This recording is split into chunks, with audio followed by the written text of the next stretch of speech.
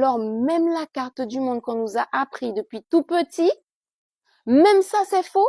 On peut mentir comme ça? Hey. Générique.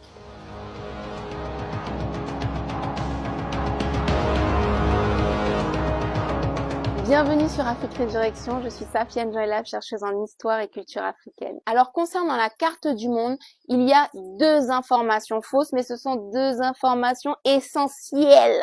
C'est-à-dire la taille des continents n'est pas la bonne taille et la direction des continents n'est pas la bonne non plus. En gros, il faut tout effacer et reprendre de zéro. Nos ancêtres africains étaient convaincus depuis l'Antiquité que ce qu'on prend aujourd'hui pour le pôle sud était en réalité le pôle nord. Et là, ça inverse toute notre représentation du planisphère. Du coup, le pays qu'on appelle Afrique du Sud est en réalité le plus en haut de la carte du monde africaine. Pour ceux et celles qui sont passionnés par le royaume de Kémet, qu'on appelle aussi l'Égypte antique, nos ancêtres égyptiens, les Kemtiu, concevaient le monde avec le sud actuel au nord. C'est pourquoi la Haute-Égypte, selon eux, était placée en haut de la Basse-Égypte placés en bas dans leur position du monde. Et cette orientation du monde a régné chez les Africains depuis l'Antiquité jusqu'aux premières invasions étrangères. D'ailleurs, le peuple zoulou qui se situe jusqu'à maintenant en Afrique du Sud se surnommait le peuple du ciel parce qu'ils se considéraient être les plus hauts sur le continent africain et donc de façon imagée les plus proches du ciel. Cette orientation a été renversée lorsque les peuples considérés au sud,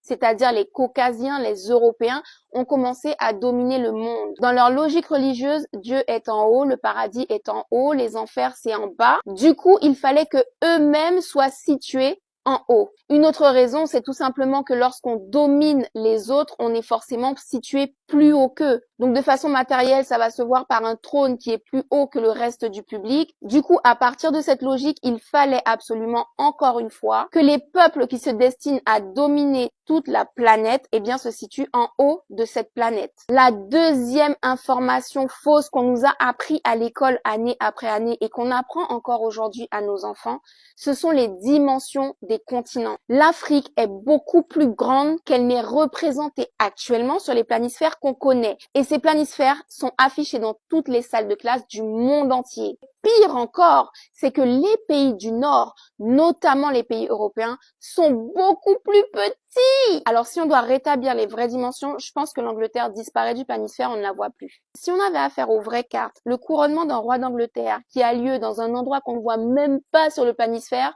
tout le monde s'en battrait royalement les...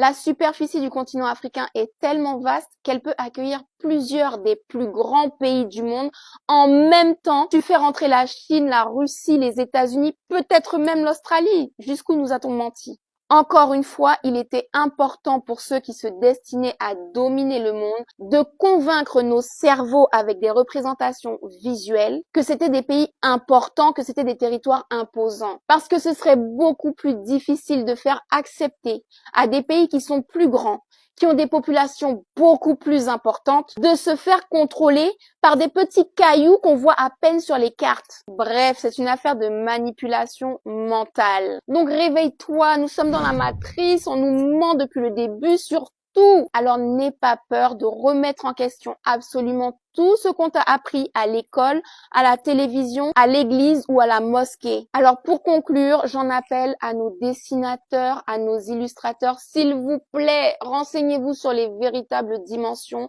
Proposez-nous des planisphères, des globes qui respectent les véritables dimensions de la planète et notamment du continent africain. Il faut que nous ayons des supports à proposer à nos enfants pour qu'ils ne continuent pas dans ce mensonge. D'ailleurs, tu sais déjà, pour participer à briser ce mensonge, partage cette vidéo au maximum. Et si tu souhaites continuer à découvrir des mensonges de cette ampleur, abonne-toi à Afrique Résurrection sur TikTok, Instagram, Facebook, YouTube, on est partout. Sur ce, je te donne rendez-vous pour une autre chronique où on va continuer de briser leurs mensonges les uns après les autres. C'est trop! On peut mentir comme ça? Hey!